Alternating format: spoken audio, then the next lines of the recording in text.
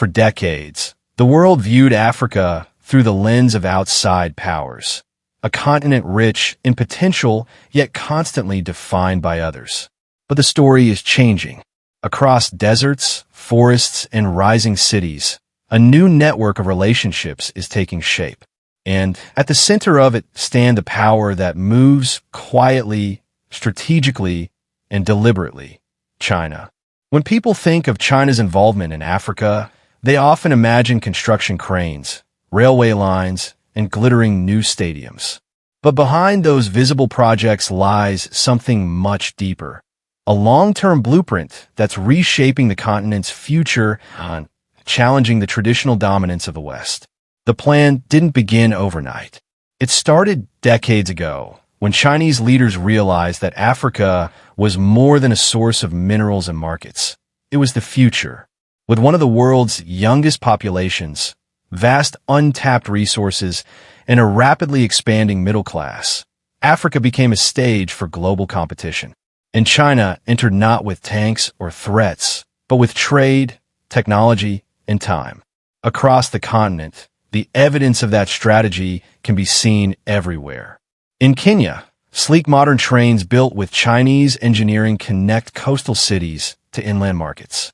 In Nigeria, energy plants funded by Chinese loans power entire communities.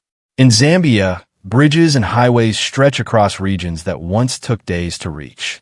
Each project carries the same silent signature: a promise of development tied to the Belt and Road Initiative, China's massive global infrastructure plan. But every promise comes with conditions. These projects are often financed through loans that bind governments to Beijing for decades. Critics in the West call it debt diplomacy, warning that Africa could fall into a financial trap. Yet many African leaders see it differently. For them, China offers something the West rarely provided: action without lectures, partnership without political strings, and visible progress that citizens can see and touch. That difference has become a defining factor. The West, long accustomed to setting the agenda, now finds itself reacting. While Western aid often arrives wrapped in bureaucracy and moral expectations, Chinese investment moves fast, building railways, ports, and technology hubs. It's a model that appeals to nations tired of waiting for promises to materialize. Still, behind China's calm diplomatic smile lies a strategic logic. Infrastructure builds influence. Roads can transport not only goods, but ideas, and ports can carry more than cargo. The deeper the connections, the stronger the political ties.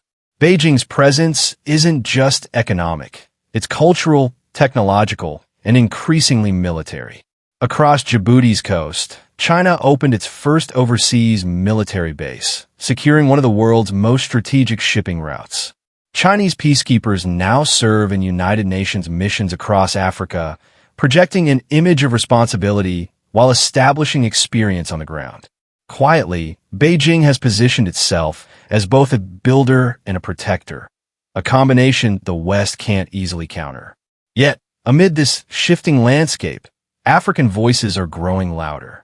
Leaders like Ibrahim Traoré, representing a new generation of confident leadership, speak about sovereignty, dignity, and a future shaped by Africans themselves.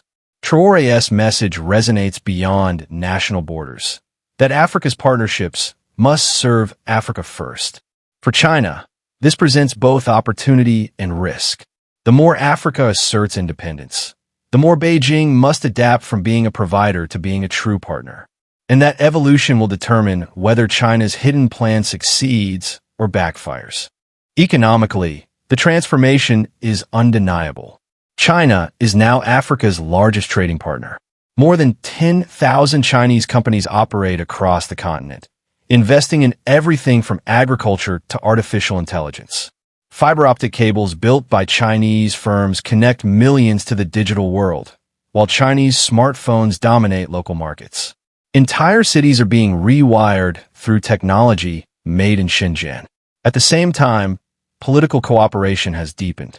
Through forums like FOCAC, the Forum on China-Africa Cooperation, leaders meet regularly to coordinate on trade, defense, and culture. These summits, though diplomatic in appearance, represent a new alignment that worries Western policymakers. Because every new deal, every handshake, shifts global power a little further away from the old order. Still, the story isn't one-sided. China's involvement brings both progress and dependency. In some regions, debts pile up faster than profits. In others, local industries struggle to compete with cheaper Chinese imports. Workers sometimes question why foreign companies manage projects that could train and employ more Africans. These tensions reveal the complexity of the partnership, one that's neither purely benevolent nor purely exploitative. Amid all this, the US and Europe are trying to catch up.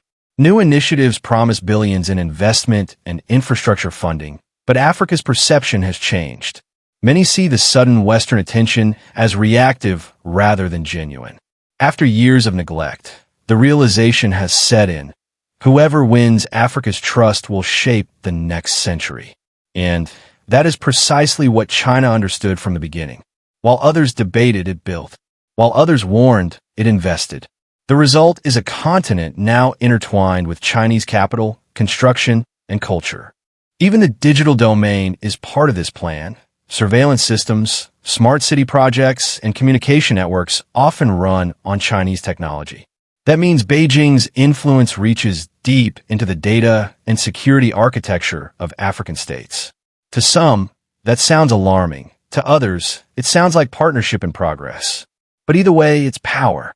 The West now faces a choice: adapt to Africa's new reality or risk irrelevance. Old narratives of aid and charity no longer resonate. What African nations want are partners who listen, invest, and respect sovereignty.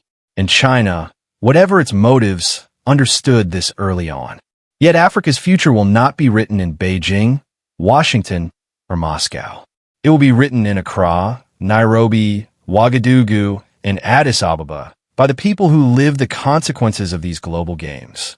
The continent is no longer a backdrop to someone else's story. It's the main stage. That's why the symbolism of leaders like Ibrahim Traoré matters. His rise isn't just political, it's generational. It reflects a shift in consciousness, a rejection of dependency, and a call for unity. When he speaks about Africa standing tall, he's not rejecting partnership. He's redefining it. He represents a continent tired of choosing sides, ready to chart its own path while balancing global relationships. And that's where China's hidden plan meets its greatest test. Because a truly empowered Africa won't simply accept foreign influence, it will demand equality. The nations that recognize that reality will thrive in the coming decades. Those that ignore it will fade into the past. The hidden plan, then, isn't really about control. It's about connection. It's about laying the groundwork for a new world where trade routes, energy grids, and digital networks form the veins of a redefined global body. And in that body, Africa's heart is starting to beat louder than ever before. From Cairo to Cape Town, the future is being built in real time, steel by steel, handshake by handshake, deal by deal. But beneath the noise, one truth stands clear. The balance of power is shifting, and Africa is no longer the observer. It's the player everyone is trying to win. As the world watches, one question remains. Will China's long game pay off, or will Africa's awakening rewrite the rules of the game itself? Whatever the answer, one thing is certain. The continent's destiny will not be hidden for long.